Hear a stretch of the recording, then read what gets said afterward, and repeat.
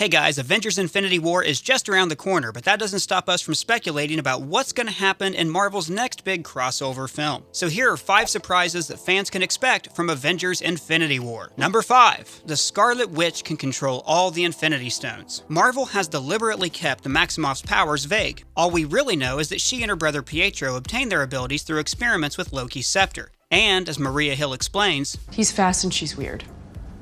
The scepter, of course, contained the Mind Stone, which explains Wanda's mental powers. However, her late brother Pietro displayed the abilities of the Space Stone. In the comics, the Space Stone was originally owned by the lazily named Cosmic Elder, the Runner, who was unaware of its power. He simply used it to augment his pre-existing super speed, similar to Pietro's powers. Also, Pietro leaves Tesseract-colored blue streaks in the air when he runs. Wanda, however, displays powers of many stones. She can manipulate minds, see into the future, rewind time, and her red streaks bear a striking resemblance to the Ether, or the Reality Stone. In the comics, Wanda's powers involve chaos magic and warping reality. She's one of the most powerful Avengers. Once, she nearly wiped out the mutant race with one sentence: no more mutants. It would be fitting if she had a hidden connection to the Gauntlet and was able to manipulate the stones without Thanos' knowledge. Number 4. The first Marvel appearance of Eternity. In the comic books, Eternity is the cosmic embodiment of all that is. Literally, everything in the universe, multiverse, everything is embodied by a giant guy with galaxies inside of him. His appearance has been hinted at in the Guardians of the Galaxy films. First, when Peter touches the Power Stone, he sees visions that look a lot like Eternity's innards. And in Volume 2, when Ego gives him a taste of cosmic awareness, Peter says,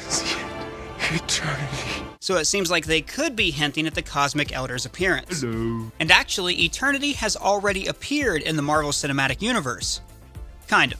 In the ancient temple on Morag, where Peter Quill finds the Power Stone, there are relief sculptures on the wall. Now they're hard to see, but later you can get a better look at them in the Collector's Lair. The sculpture shows 6 Infinity Stones in the center being pursued by 4 cosmic beings. These entities are Death, Entropy, Infinity, and Eternity. Now, in the comic book Infinity Gauntlet, Eternity plays a key role. He and other Cosmic Elders fight Thanos, who ultimately defeats them with the power of the glove. After Thanos is stripped of the gauntlet, it's Eternity who appeals to another cosmic entity, the Living Tribunal, for the stones to no longer work in conjunction. If Thanos is going to become ruler of all that is and ever was, he's going to have to get through Eternity first. I know, look, a giant man who lives inside an Apple commercial and is filled with space is kind of a weird concept to put in a major motion picture. But if Marvel can pull off a talking raccoon with a jetpack sitting on top of a talking tree's shoulder and firing away at people in a space jail, maybe they can pull off Eternity too. Number 3. Return of Skinny Steve. The original appearance of Chris Evans in the Marvel Cinematic Universe as a 98-pound weakling is one of the most underappreciated bits of CGI in recent memory. We never doubt that this is the character's real body, and it makes his tanning bed transformation all the more shocking. In the Infinity Gauntlet comic book, Steve has an epic confrontation with Thanos, where he says as long as one man stands against him, he can never claim victory. And then Thanos shatters his shield and kills him. But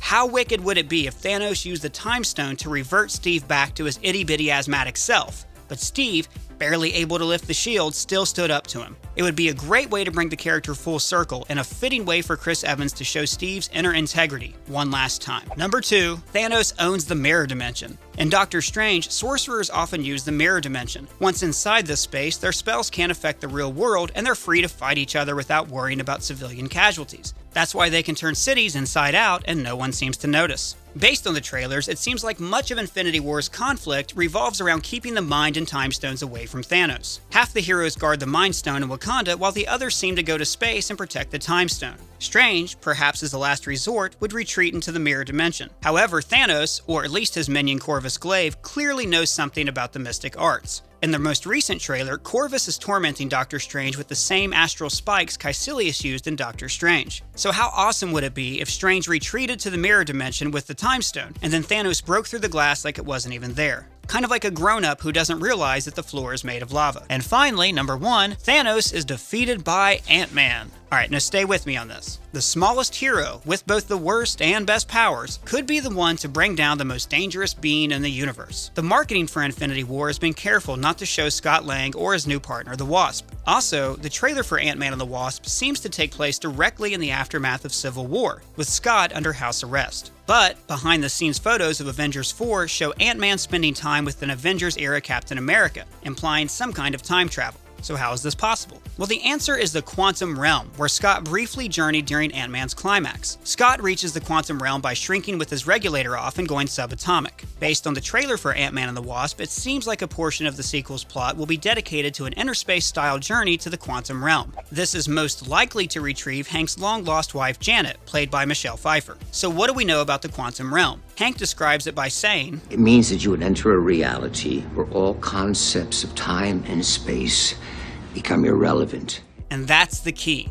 Time and space are irrelevant. The Infinity Gauntlet can manipulate time and space, but maybe it's also restricted by their rules. By entering the quantum realm, Scott can go anywhere, or any when he wants, to stop Thanos' victory before it starts. So what surprises do you guys think Infinity War has in store for us? Please let me know in the comments below. Also, if this is your first time checking us out, please be sure to hit that subscribe button. For Screen Crush, I'm Ryan Airy.